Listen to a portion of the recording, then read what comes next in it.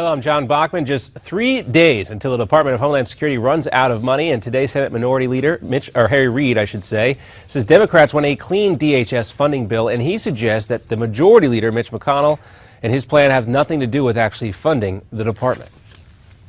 The Republicans shut down the government once, and it appears they're willing to shut it down again, which is too bad. Well, meanwhile, Senator McConnell has already suggested splitting up the bill and voting on the funding separate from those riders that will roll back the president's executive orders on immigration.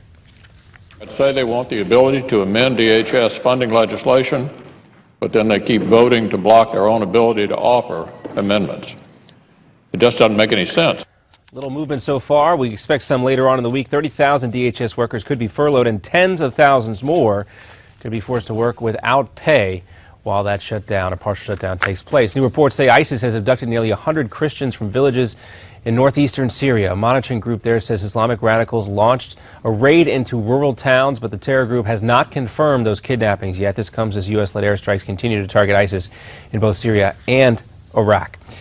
And police in London now believe that all three of those British girls who ran away to Turkey have crossed into Syria to join ISIS. The girls, ages 15 and 16, disappeared from their homes early 1 week ago. British authorities say they will continue to work with the Turkish government in hopes that they are not quite in Syria yet. And Secretary of State John Kerry defends the ongoing U.S. negotiations with Iran. He says a deal does not mean Tehran will get a nuclear weapon.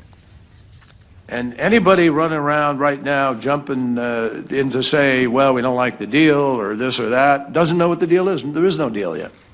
Well, 1 week from today in Tehran, 1 week from today in Washington, D.C., Israeli Prime Minister will be in Washington, D.C. Benjamin Netanyahu set to address a joint session of Congress. He is urging lawmakers not to make a deal with Iran. Also happening in Washington today, Federal Reserve Chair Janet Yellen punts again on interest rate hikes. The Federal Reserve Chair says too many Americans still don't have enough jobs to scale back quantitative easing. Another notable development has been the plunge in oil prices.